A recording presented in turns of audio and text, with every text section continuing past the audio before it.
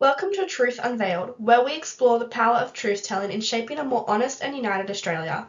I'm Tenelle Burns, and today we're looking at why truth-telling matters, not just for Aboriginal and Torres Strait Islander people, but for every one of us. For me, truth-telling is deeply important on a national level. Australia is still grappling with its history, and unless we face the truth together, recollection will remain out of reach. Truth-telling gives us a chance to be a country that doesn't deny its past but learns from it.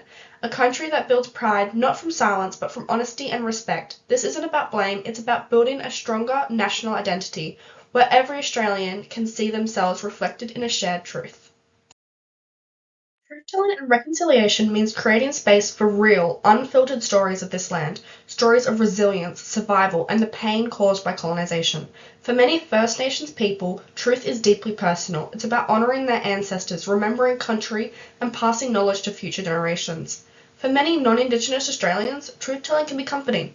It asks us to sit with uncomfortable histories we may have never learned in school, and to acknowledge the privilege and systems that come from that past. But truth-telling isn't about blame. It's about recognition, healing, and building bridges between perspectives.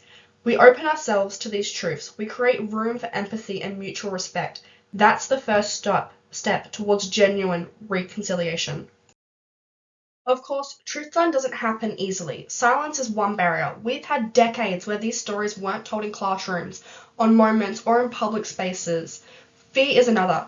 Fear is what acknowledging the past might mean for our sense of identity, our nation pride.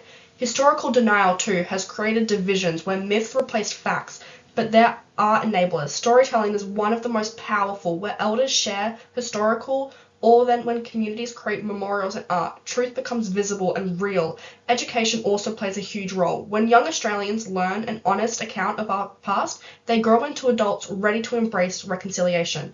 And community support matters, where local councils, schools, or workplaces commit to truth-telling initiatives. They set an example at society at large.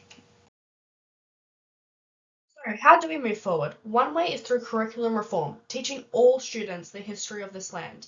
Another is through attending truth-telling ceremonies or memorials that give space for both grief and pride. Intergenerational dialogues are also vital, bringing elders, parents, and young people together to talk openly about what truth-telling means for them. And universities can lead by example. They're not only places of learning, but also platforms that amplify Indigenous voices, research, and cultural knowledge. These strategies together help build a culture where truth isn't hidden but shared. Now, let's hear from Karen Madoon, the CEO of Recollection Australia, who powerfully reminds us how vital ongoing commitment and the simple act of listening is in moving truth-telling forward. It shows us that while truth-telling is an everyday activity for many First Nations peoples, for non-Indigenous Australians, they're unsure about how to get involved. And this just backs up the data that we have in our latest Australian Reconciliation Barometer, which also shows that while 84% of the general community believe that knowing about the histories of First Peoples is important, only 6% of those non-Indigenous people had participated in a truth-telling activity in the previous 12 months. 6% is such a low number for something that is vital to understanding the history of our country. It's also a very upsetting thing to think about, but it's also something everyone can do something about. Truth-telling events are held all over Australia, and there's a very easy activity to get involved in. As we finish today's conversation, I want to return to why truth-telling matters for me and us as a nation. At a national level, it gives us the opportunity to reshape how we see ourselves. We can't build unity on half a story.